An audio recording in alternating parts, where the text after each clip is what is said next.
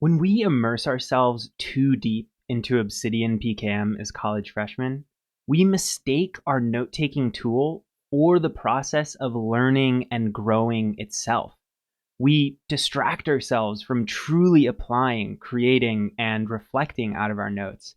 And we can get trapped not focusing on some of the other things that we should be in college, like building our career, defining our life purpose, growing conscious relationships, note taking and studying well, and pursuing spirituality. The reason I say this is because I dealt with all of these things 3 years ago when I immersed myself in the Obsidian community.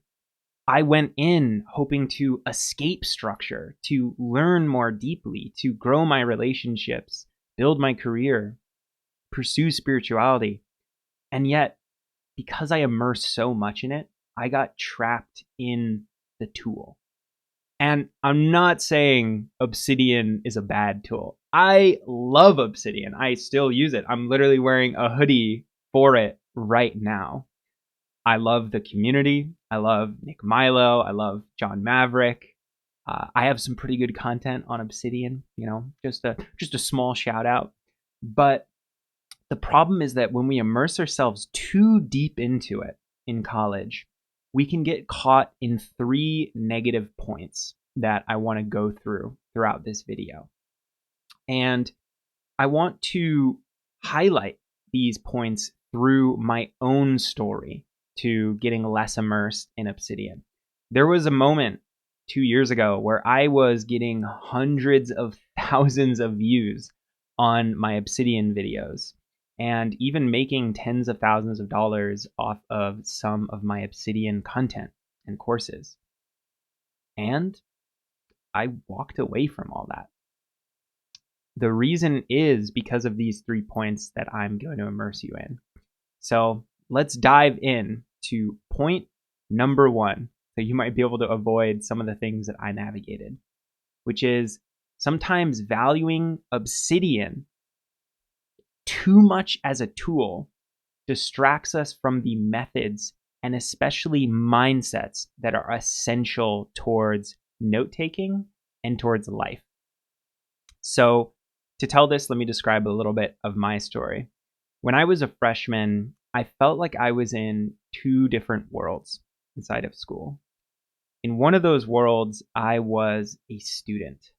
I donned my student cap, my notebooks, my backpack. I'd go to classes, have conversations with other students about prelims and homework and club activities. And in the other world, I was a content creator, an entrepreneur, an innovator, creating YouTube videos like this that you're watching right now, and blog posts and podcasts, creating courses, making money off of these courses and other products.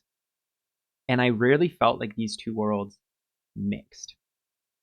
That was until one of my content creator friends introduced me to Obsidian, because they were making content on Obsidian at the time. And it felt like for the first time, these 2 worlds were mixing, because Obsidian was all about note-taking, all about studying, all about connecting things together. And that was so relevant to the school studies that I was doing and the problems that I was noticing other students were navigating in their own note-taking and their own studying. So finally, I felt like these 2 worlds were connected. I saw Obsidian as the holy grail to escaping the grade game, the loneliness that I felt from these separated worlds, connecting thought together, finally building our critical thinking instead of just submitting to whatever our classes told us and being a cookie cutter student. My usage became quite high because of this. I used Obsidian all the time. And this is where the first point that I wanted to make arises, which is I became so infatuated with Obsidian that I started valuing it too much as a tool and not valuing enough the mindsets and the methods that I came to Obsidian and my life as a whole in college with. Why is this bad? The reason is because mindsets are everything. They are the primordial layer off of which we use our methods and we use our tools. If you have a bad mindset and a good tool, it doesn't matter. The tool will not help you. But if you have a good mindset and a bad tool, you can make that tool work. I had a bad mindset. And to understand more why it was bad, let me give you an analogy to understand why mindsets are so important. I want you to imagine that at all points in your life, you are wearing a pair of glasses in any context, any situation. These glasses shape how you perceive, how you relate to the world. Most of the time, we don't know that we're wearing these glasses. We're not conscious of them, just like when you have headphones on or some clothes on, you will forget that you're actually even wearing them. The same is true of our glasses. But here's the thing.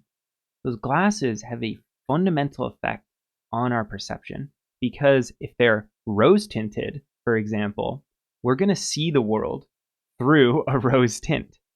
And if we're not aware that we're wearing those glasses, that rose tinted glasses, we will mistake the world as rose tinted when it's actually our glasses which are rose tinted. The glasses in this analogy are our mindsets, and we are constantly relating to the world through these different mindsets. They might be rose tinted, they might be orange tinted, they might be whatever conglomeration of tinted you can imagine. So we don't experience an objective external world ever. We experience our internal relationship to it. And we can become aware of this by taking off the glasses and actually looking at them, realizing that we were even relating to the world through these glasses. This is what the notion of going meta is about. It is becoming aware of the very frame, the glasses that you are using to relate to the world, stepping outside of it. And that is one of the most powerful abilities in life. I actually have a video called The Most Undervalued Elite College Freshman Skill, which is all about going meta. Now let me tie this back into the problem with my relationship to Obsidian. The problem is I didn't focus enough on the mindsets, the glasses that I was wearing as I went into the tool. I focused too much on the tool itself. And let me give you some examples of how this hurt me throughout that beginning venture into Obsidian. Well, firstly, I thought I needed to sync everything with Readwise instead of reading physical books. Now, for those who don't know, Readwise is a app that syncs all of your digital highlights with your note-taking tool, Obsidian, so that you don't have to manually put those highlights in your app. And because Obsidian had this feature in the tool, I thought, well, I need to use it. I have to take advantage of this opportunity. So I started never reading physical books again. I was only reading digital books. In fact, my mom would recommend me or even give me physical books during this period. And I would just be like, no. Can I sync them with Obsidian? No? Okay. Well, I'm not going to read them then. So I feel like I lost out on some of the physical reading there and the value of touching a physical book and really feeling it.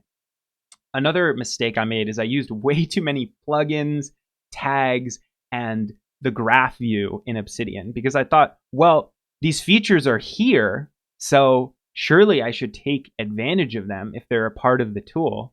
So I had this whole complicated tagging structure when I started using Obsidian where I had this metaphor of a tree growing to describe the level that my notes were at. And the idea was that when I first created a note, it would be a seed. And then once I developed it a little more, it would turn into a sapling. And then once I developed that a little more, it would turn into an evergreen note, literally marked by an evergreen tree emoji as the tag. And I had a whole bunch of other tags as well, folders, and everything you can imagine. The problem is this became awful because I started developing my tagging structure more than my notes itself. I'd be like, oh, this note isn't tagged correctly. Oh no, like I have to see if there's other notes that aren't tagged correctly as well. And I didn't realize that maybe the important thing that I should be mindset wise focused on is just developing the notes instead of needing to define what every single one was. Another mistake I made was projecting my love for Obsidian and Readwise and note taking onto others instead of realizing they might have different mindsets for the season of life that they're in.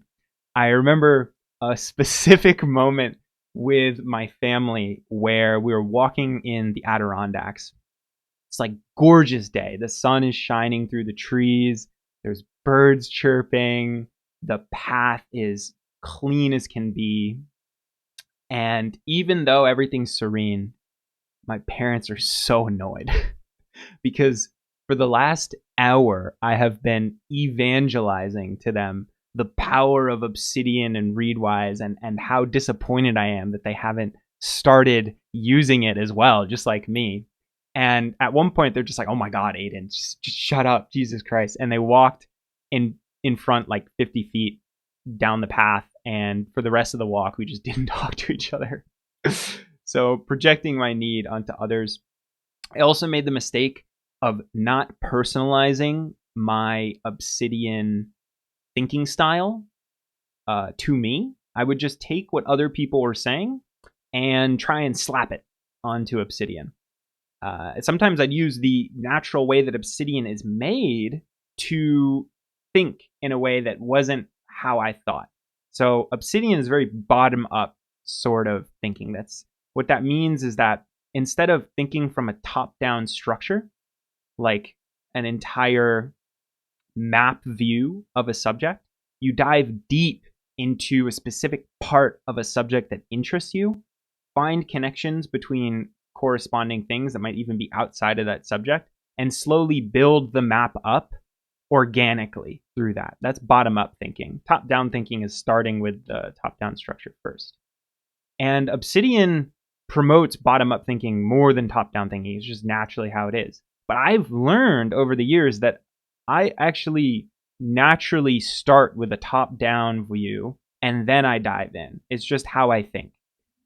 But I forced that bottom-up thinking on myself because I thought, well, if the tool is promoting this, then it doesn't matter what my thinking style is. I should use what the tool is pushing me to do. And this caused a lot of frustration inside of my note-taking process.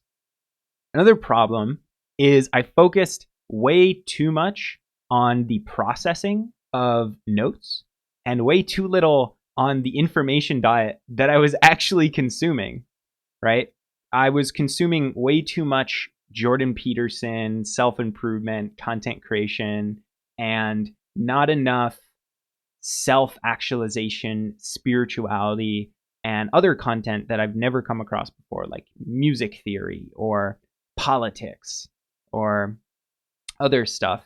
So this was a problem because ultimately the quality of the notes that you have is not just a result of how you process in your system, but the quality of the information that you consume. Information is food. Just like your physical health is determined by the food that you eat physically, your mental quality, your quality of mind is determined by the information diet that you consume. If I had this mindset of really focus on just getting a really great information diet, then I wouldn't have had as much of a need to process as much as I did because the quality of the information would have been good from the get-go. And that would have saved me so much time. Another problem is that I would mistake the automation of something as an inherent good because Obsidian has so many ways that you can automate something. And I would forget that sometimes resistance in your note-taking process is actually a really, really good thing. like I was saying with Readwise earlier, the fact that I automated all of my highlighting getting transferred to Obsidian made it so that there was less resistance to highlight something, because I thought, well, if I'm just able to highlight it and it transfers to my Obsidian that easily, then why not just highlight more stuff I find insightful? And you could probably predict what happened here. I had so much highlights inside of my system that I ended up getting just bogged down in the amount of stuff that I had to process inside of my note-taking system. It became a chore to process my notes because there were so many highlights. And another problem is just automating all of the templates that I could make a note out of. It seems good because now you don't have to write it down every single time. But then on another note, literally, you can now create notes much easier, which just makes you make more and more and more and more notes. So if I had more of a mindset of resistance actually being good, I might not have encountered all of this negative baggage inside of my system and spent more time doing the quality work that matters. The last thing that not focusing enough on mindset led me to is I didn't go meta enough on my own Obsidian usage. I was so stuck in thinking about the tool and how to use it more effectively that I didn't look at how the tool was making me relate to reality differently. I didn't look at Obsidian as a glass, a pair of glasses on my eyes. So I didn't ask questions like, what is the way that I take notes tell me about my thinking? What values, emotional thinking patterns, and behaviors are showing up inside of my notes? I didn't ask, is this part of my system essential or not? And how is Obsidian overall shaping the way that I see the world? These are all profound questions that only get asked when you're looking at a meta perspective. If you're too enmeshed in Obsidian as a tool, if you're too enmeshed in wearing the glasses instead of taking them off, looking at them, and seeing how they make you see reality differently, as well as evaluating them and changing your glasses potentially, or even creating an entirely new pair, then you're just going to get sucked into mindless note taking without critical reflection on how it's actually benefiting you in a way that's unique to you. Point number 2. That was all on mindset. Point number 2 is more on application, which is when we use Obsidian too much as a tool and we get too immersed in college Obsidian PKM, we can procrastinate on application, creation, reflection, and other essential things that we really should be focusing on in college. So again, let me tell you some of the story of how I came to this insight through my own Obsidian usage. I began using Obsidian in that freshman, sophomore year, as I was describing earlier. And then after a few months of using it, I hard niched into Obsidian on YouTube, my blog, and my podcast. And I didn't realize it at the time, but I unconsciously wanted to bridge the gap between my student and content creator life more and more because of how lonely I felt not having those connected. And I also really, really wanted to be financially free. Not for the reasons that I do now. The reason I wanted to be financially free back then was because I just wanted freedom over what I did, when I did it, how I did it, with who I did it, and why I did it, which is somewhat aspirational. Now the reason is more, I want to be able to create stuff that genuinely helps people in a way that I want without having profit incentive bogging me down. So that was another reason that I hard niched. And in this hard niching process, I started taking all these courses. I knew that I needed to learn a lot because I was doing this alongside my student life at college. And the the only way that I was going to be able to make something good that people would actually want is if I did a lot of note taking on note taking, PKM on PKM. So I took Linking Your Thinking by Nick Milo. I took Building a Second Brain by Tiago Forte, Build Your Knowledge Portfolio by Bianca Piera, and Effortless Output in Rome Research. That one was when I was more in my Rome Research days, but all of the other ones were mostly on Obsidian. And the culmination of this process was creating Obsidian University with my best friend, John Maverick, also an Obsidian YouTuber. This is a course which helps students level up their note-taking and studying using Obsidian. And that wasn't all that I created. I also created the Art of Linked Reading, 3 Days to Lecture Note-Taking Mastery, Self-Learning Quest, and more. I made a whole bunch of courses. And it seemed great. It seemed like things were working because we were making tens of thousands of dollars off of these products. I was getting hundreds of thousands of views on my videos. And yet I felt awful because I had created my own niche cage. I had gotten into content creation and note taking to free up my mind, to become more creative, to interconnect things together, to apply stuff, to reflect on myself, to merge my student and college life together. And yet I had gone so far into Obsidian as a niche that I had destroyed all of those things. I felt like I was just creating PKM content for the sake of doing more PKM content. And that was awful. I felt like I was just perpetuating my own love for PKM over and over and over again.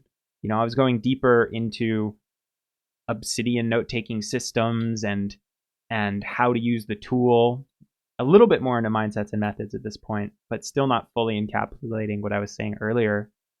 And I didn't feel like I was going into stuff that I used to, like diving into psychology and meta learning and all this other stuff. So why is this bad? It's not just me. You don't have to be creating content on Obsidian to get into this problem, this challenge where you're doing PKM for the sake of PKM. That's the first thing that's negative, is that you can get caught in this cycle where you're so enmeshed in the PKM community that you just continue refining your note-taking process. For what? Like, it's just over and over and over again. And this is bad because it can make others who aren't in the PKM world think that PKM is impractical and note-taking is useless, which is not true. I wouldn't have made this video or made so many PKM videos if I didn't feel like there was value to thinking about this, but not too much. Another issue is that deeper spiral knowing is where true learning comes from. Spiral knowing is a theory of learning, teaching, and knowing that I created, which breaks down 9 different arcs for deeper and deeper and deeper learning. And the problem is that when you just use Obsidian for Obsidian's sake, you know, getting into PKM for the PKM world, you only really dive into arcs 1, 2, and 3 of spiral knowing, which are remembering, understanding, and applying. And you never go into the arcs where you really get the most value from note-taking, which are arcs 4 through 8, and sometimes even 9. So only when you can start using your PKM process for things outside of PKM is that truly an option for you. And the last problem is, oh, and by the way, if you want to check out my spiral knowing video, please do. It is linked in up above. You should be able to check it out. Lovely video on meta learning and how to learn and study more effectively. I think you'll get a lot of value out of it, especially if you're into note taking. The last issue is that we don't focus on other things that we should be focusing on in college, like building our career, growing conscious relationships, defining our life purpose, and pursuing spirituality. And this is because we're so focused in PKM that we don't focus on those things as much. Like with conscious relationships, when I was so immersed in the PKM world and building Obsidian University while doing a full course load as a student in all these clubs and everything, I became so enmeshed in this world that I almost lost my first girlfriend because she rightfully told me that I was too busy for her. And that's a trap of using PKM too much. There's some other examples that highlight this. I watched Obsidian University students who took the course. Sometimes I'd see them spend hours connecting notes together from class to class, but not applying, evaluating, or creating out of what they're actually consuming. I'd also find myself processing notes in my process folder endlessly, like I was saying earlier, because there wasn't enough resistance for what notes would come in. And this made me stop using my system as much, funnily enough, because I had so many process notes, I didn't even want to go in. It just gave me anxiety to even look at how many notes I needed to process. It was like having more homework from school just in my Obsidian system instead. And I also wasn't focused enough on defining my life purpose. Like, what do I truly want to do in this world? What do I want to channel? How do I want to channel my values, my aspirations into a physical thing that helps reality? Now you could say like, oh, well, didn't you make Obsidian University?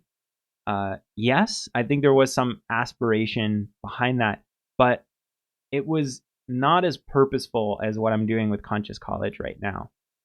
It was more like, okay, I kind of like this whole note-taking Obsidian thing. I want to help other students potentially get into that and also help my thing as well. It was kind of airy-fairy. I wasn't focusing enough on life purpose. And that was unfortunate because life purpose is the foundation through which you come at college with. It provides a honing for all of what is relevant to you. If you don't have some thinking about what your life purpose is, then you will inevitably adopt someone else's and mistake their dream as your own. So it's essential that even as a freshman, we start thinking about what it is that we want to do. And maybe your life purpose, if you don't know what it is to figure out what it is. It doesn't need to be concrete. It just needs to be something that's in the back of your mind. The last problem is that I wasn't pursuing spirituality, which is honestly, my biggest regret in life was not pursuing spirituality earlier. And that leads us on to point 3 to end off this video, which is personal knowledge management really the route path to making us more knowledgeable, loving, and conscious college freshmen? In other words, is PKM really the path to pursuing spirituality? And let me go back to my story to describe how I came to this point. So I became disillusioned with the whole note-taking world once I immersed myself too much into it with Obsidian University. And I started to feel that creative passion in me coming back, calling for me to break out and do something different, do something alive. There was enough echoes that I was seeing on the internet. I wanted to sing. So I ebbed away from my niche. I forsaked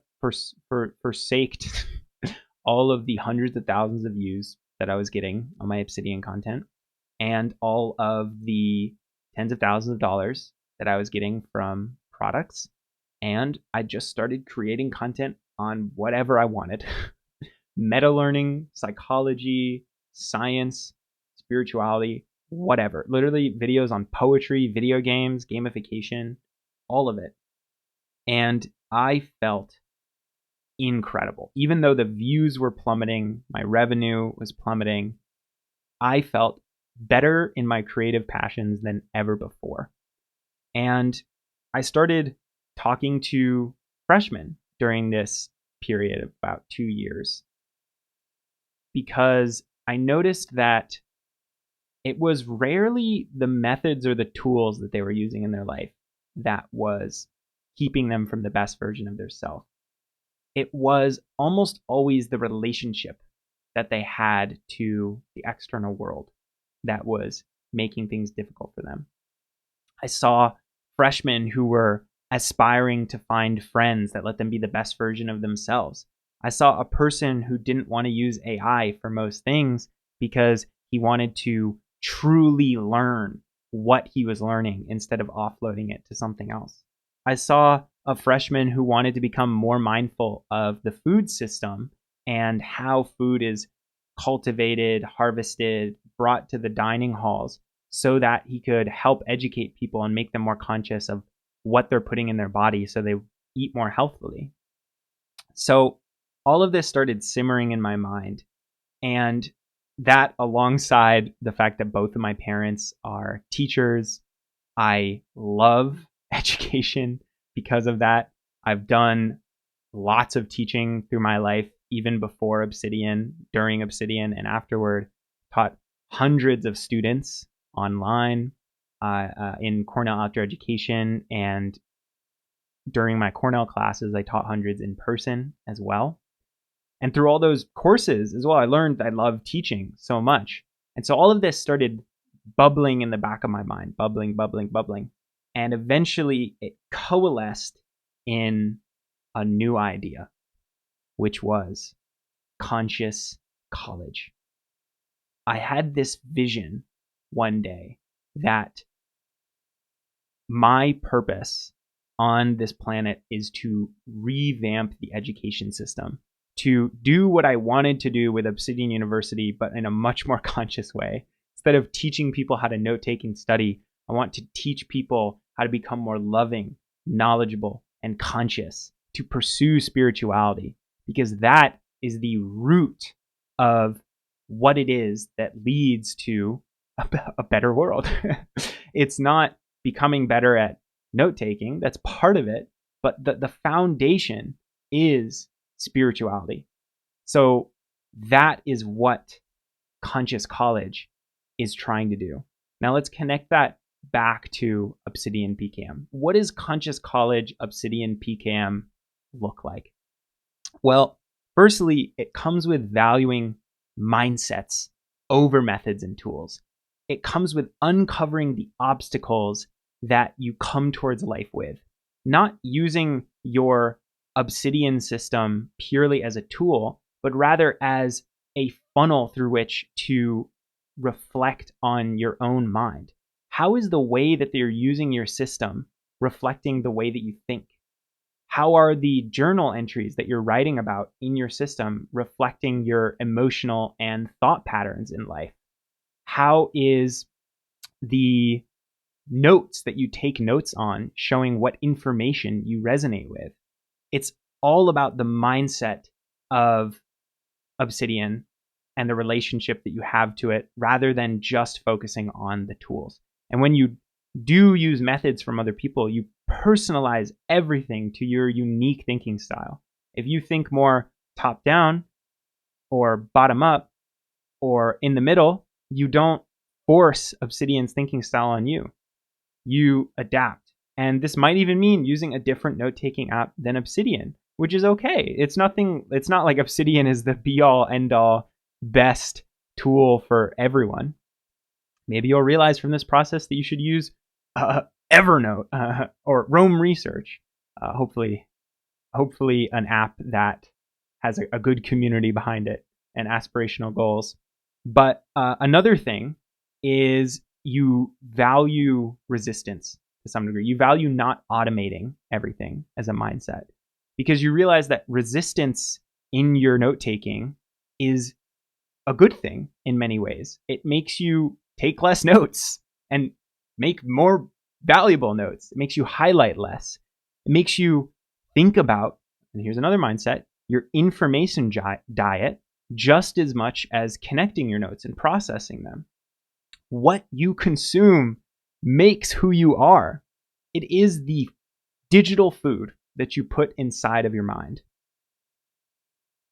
The second aspect of Conscious College Obsidian PKM is not using Obsidian PKM as a procrastination tool for application or creation or reflection and the other things that you should be doing inside of college.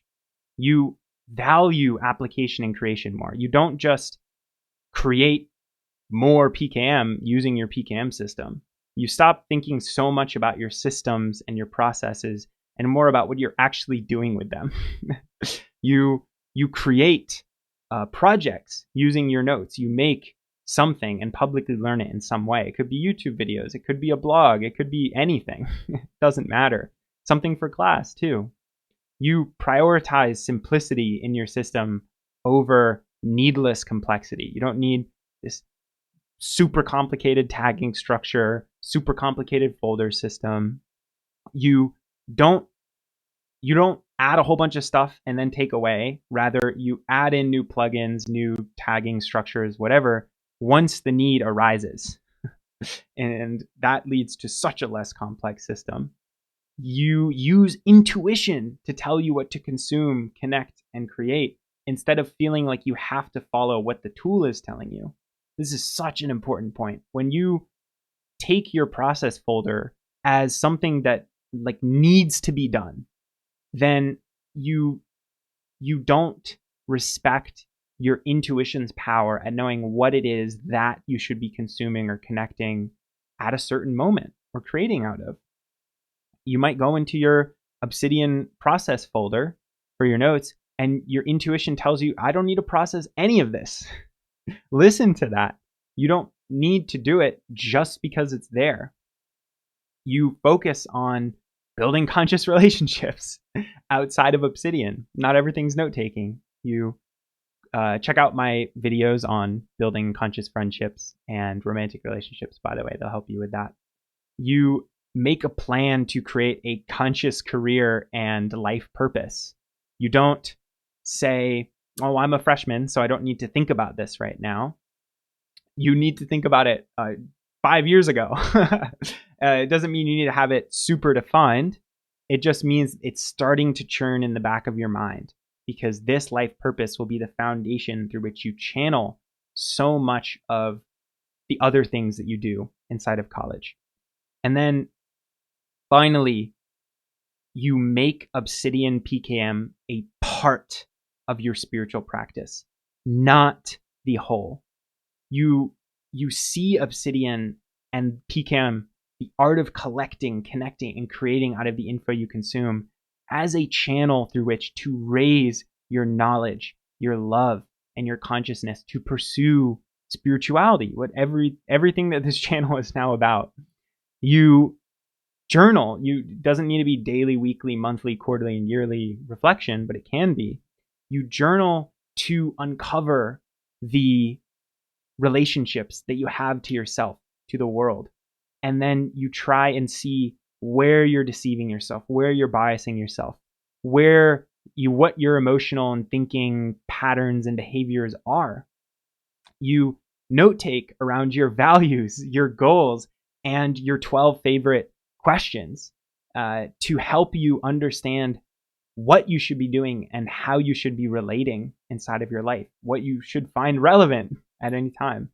You become more conscious of the information diet you consume and how it is literally making you, and you try and differentiate it more. Check out my video on making a really quality information diet up above. You learn more about your motivation using your PKM entries. You figure out, what are you motivated by? Why are you motivated by that? How do your friends affect your motivation? What do you want to be motivated by? You essentially use Obsidian PKM as a meta structure through which to hone in your spiritual practice. And of course, you still use it for practical stuff like studying and learning more effectively, getting better grades, stuff like that. But first and foremost, it is a spiritual thing, because that is what Conscious College is all about. So ultimately, this is why I left Obsidian PKM. It's not because I didn't love the community. It's not because I didn't love some of the things about the tool Obsidian. I still use it to this day. The outline for this video is literally in Obsidian right now, so I still use it. But I found that it was not the foundation of what I really envision the most valuable thing that we can be doing in college as a freshman is in order to grow our knowledge, our love, and our consciousness. And I hope that through watching this video, you were into Obsidian before this, you've become energized in this mission of pursuing spirituality while still doing some of the practical things like getting better at meta learning and building our career and conscious relationships. Primarily, you see the value that our note-taking system can give in being a part of that spiritual practice. And if that's something that sounds interesting to you, I highly encourage you to check out more of my content, more of my stuff on spirituality, and join me inside of this grand journey that is Conscious College. As always, I hope you have a fantastic rest of your day. Eat some peanut butter, and bye-bye.